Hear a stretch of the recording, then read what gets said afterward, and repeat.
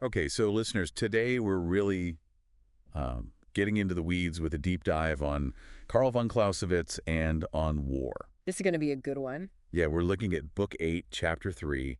It's all about how the very nature of war changes over time and why that matters. And, given what you all do, we figured this could be a pretty relevant deep dive. Absolutely. I mean, the thing about Clausewitz is he was writing this back in the early 1800s. Right in the thick of it. Yeah, like right in the middle of the Napoleonic Wars, which basically turned warfare on its head. Just imagine, I mean, trying to make sense of war when all the old rules are being thrown out the window. Trying to write the rule book while the game is, changing right in front of you. Exactly. So Clausewitz, he starts this chapter by comparing what he calls, and this is a mouthful, the absolute form of war with how wars actually happen. It's that whole theory versus reality thing. Like, in theory, war could be this all-out, no-holds-barred fight to the death, right? Right. But the real-world wars, they're messy. You've got politics, limited resources, just dumb luck, all these things shaping how wars actually play out. And Clausewitz is saying that even in the heat of battle, there were still limits. Right. And he uses Napoleon's invasion of Russia as, the ultimate example. Oh, man.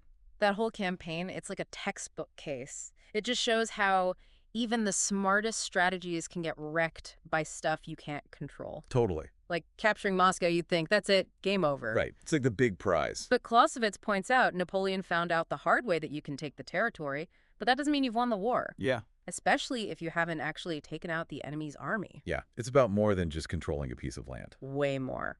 And that kind of leads into another big idea here, what he calls the interdependence of everything in war. Every single move, every decision a commander makes, it's like a chain reaction. Oh, I see. And you can't always predict those consequences. It's like, what is it they say? No plan survives first contact. Exactly. It's way more complicated than just moving pieces on a board. So how do you plan for that? I mean, if it's that unpredictable. Well, that's where Clausewitz gets really interesting. He says you've got to understand this interconnectedness, this chain reaction effect to make good decisions. You can't just think about the immediate target. You got to think several moves ahead. Wow. Several moves ahead. Yep. And you have to be able to adapt on the fly because that plan is probably going to go out the window pretty fast. You got it. And that takes us to another crucial point that Clausewitz brings up. It's about the scale of your objectives, how big you're aiming in a war. You can't just go all in on every single objective, throw everything you've got at it. He's really warning against that kind of thinking. Always going all out, because winning a war, it's not just about raw power. It's about being smart with your strength. Right, yeah. Choosing your battles. Exactly. And keep in mind, Clausewitz was writing at this time when warfare, it was changing from these, smaller wars between kingdoms and stuff to these huge clashes of whole nations. So he's really wrestling with this question of how much force is actually enough to get your goals, your political goals. Yeah. I mean, that's going to be something you guys think about all the time, right? For sure. And to really dig into that, Clausewitz, he goes way back. He looks at all these different societies throughout history, how they approached war. He's got these amazing examples like, the Tartars, those nomadic warriors, they were all about total victory, like wiping out the enemy. Right. Then you've got the Roman Empire, Alexander the Great. He uses them to show how the scale of war, how intense it got, it all evolved over time. So he's looking at these historical trends. Yeah. And it's wild how even though the tech, the weapons, they change like crazy over the centuries, but some of these patterns, these basic ideas about conflict, they're still around today. It's like human nature, right? The desire for power that never really goes away. Exactly, even if the ways we fight each other change. So to really get Clausewitz, we got to look at his world, right? The 18th century, he says back then, war was more limited. Makes sense. Armies were expensive. Kings weren't so quick to jump into a fight. It's almost like there were rules of conduct. Totally. And battles, they were often fought for, specific goals, not just total domination. I mean, that's such a different world. Memo. It's hard to imagine that when we see the kind of all-out wars of, the last century. Right. Clausewitz, he even talks about how back then, winter quarters, they were sacred. Like a time to rest, and launching an attack then, that was reckless. Almost a That's clockwork, right? You have these centuries of these rules, this whole way of doing war, and then boom, the French Revolution changes everything. Yeah, it's like all bets are off. This wave of nationalism, this idea of fighting for your nation, not just a king, it just explodes. It's huge. And you have citizens, everyday people, becoming soldiers, mass armies. Clausewitz, he calls this the return of, like absolute war, right? Right. Because now it's about survival, the whole nation, the ideas. Yeah. It's way more than just territory. Exactly. The stakes are through the roof. And we see how this changes everything. Mass conscription, total war. The lines between like who's a soldier, who's a civilian, they get really blurry, which is, well, we see that even today. Yeah.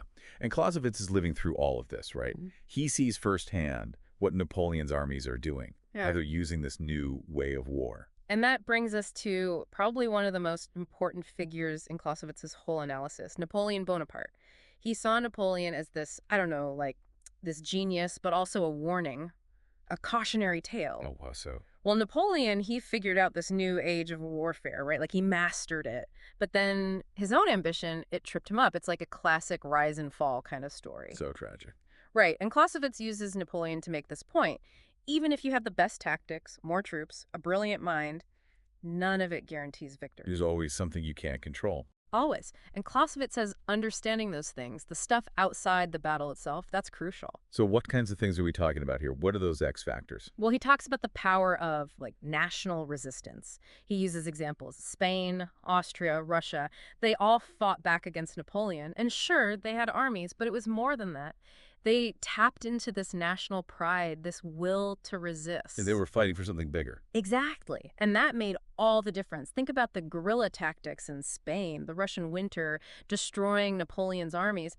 Those weren't just military victories. They were victories of spirit, of not giving up. And that's, I think, a really powerful lesson for, for what you all do. Absolutely. And, we still see that today, right? The power of a nation that's united. It's a huge deal. Absolutely. Clausewitz, he leaves us with this really interesting question. He asks, are future wars always going to be these big clashes, these total wars? Or, and this is the interesting part, will we go back to like a more limited way of fighting? That's a question we're still asking ourselves today, I think. For sure. And there's no easy answer. I mean, war, it keeps changing, right? New tech, new threats. But even now, with cyber warfare and drones and all that, what Clausewitz was talking about, the human element, strategy, the fact that war and politics are inseparable, that stuff's still so important. It's like he's giving us this, framework for thinking about war, but then it's up to us to apply it to the real world, to adapt and adjust. Exactly. He's not giving us all the answers, but he's giving us the right questions. Mhm. And I think, especially for the folks listening, thinking through those questions, that's crucial for anyone, defending their nation. Absolutely. Well, on that note, I think we'll wrap up our deep dive on Clausewitz. We hope this has been helpful. Yeah, lots to think about. Until next time, everybody, stay safe, and we'll see you for the next deep dive.